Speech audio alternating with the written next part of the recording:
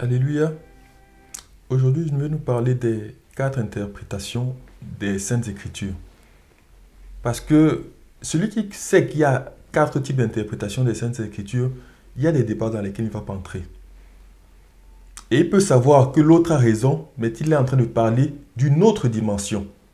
Parce que beaucoup de débats inutiles dans nos congrégations, parce que, ah non, j'ai raison, tel verset veut dire ceci, tel verset, sans comprendre que déjà, il y a différents types d'interprétations de l'écriture. Et en plus de cela, l'écriture est faite pour l'édification. Non pas pour pouvoir étaler ses connaissances ou montrer autre chose.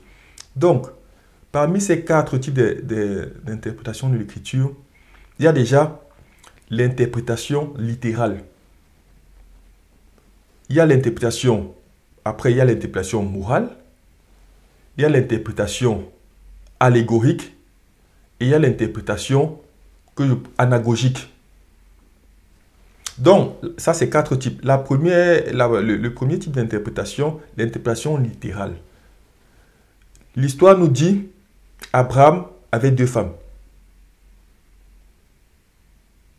Il avait deux descendances peut-être. Il a eu la descendance de... Il a eu plusieurs descendances même dans les faits. Il a eu Isaac comme fils. Il a eu Ismaël comme fils. Oui. Ça c'est la vie d'Abraham. Abraham a véritablement eu Isaac. Il a véritablement eu Ismaël. Je tiens à le préciser même que ce n'est pas le sujet. Quand Dieu lui parle, lui dit ton fils, ton unique. Bon, ça c'était une parenthèse. Ça, c'est vrai. Dans le point de vue, maintenant, interprétation, qu'on pourrait dire, morale, et après Dieu lui-même lui dit, sois intègre devant ma face.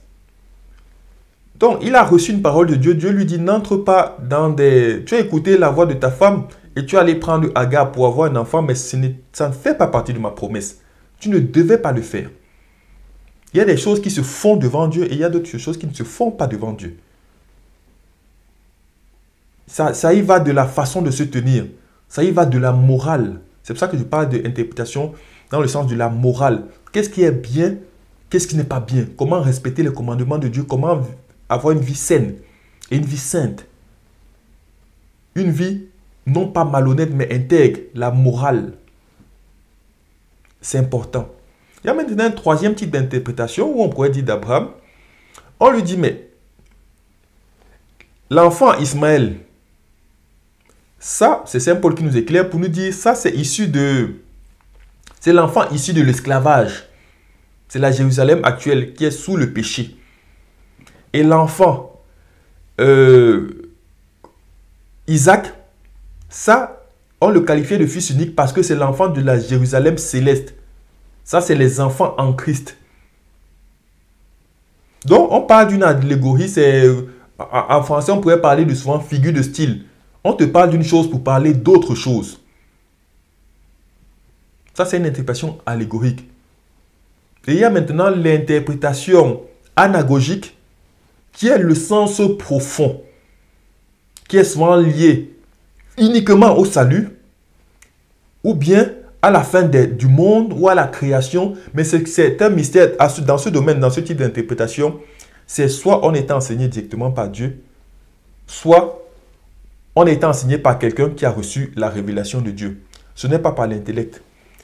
On ne peut pas arriver à cette interprétation par sa propre intelligence.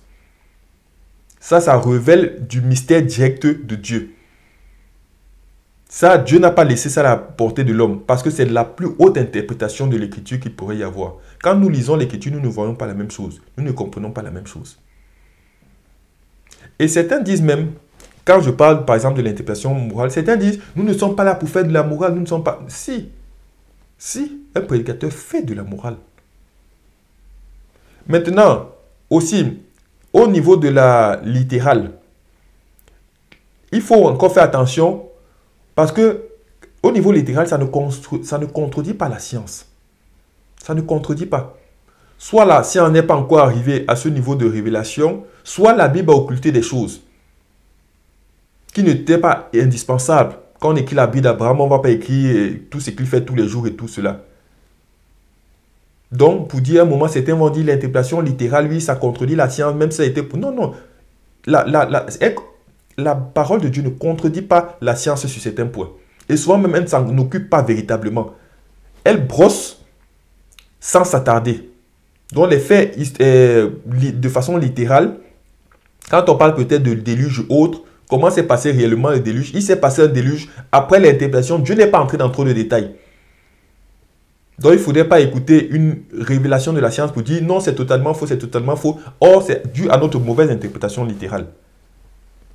Donc ça, c'est juste, j'ai posé juste les fondements pour que nous sachions qu'il y a 4 types d'interprétation de l'écriture. L'interprétation littérale, terre à terre, comme on pourrait dire. L'interprétation morale, au niveau de notre conduite. L'interprétation allégorique, on parle d'une chose pour parler d'une autre chose plus grande. Et l'interprétation anagogique, qui est dans le sens profond de l'écriture, même la révélation pour notre salut. Que le Seigneur nous bénisse et qu'il continue à nous éclairer. Amen.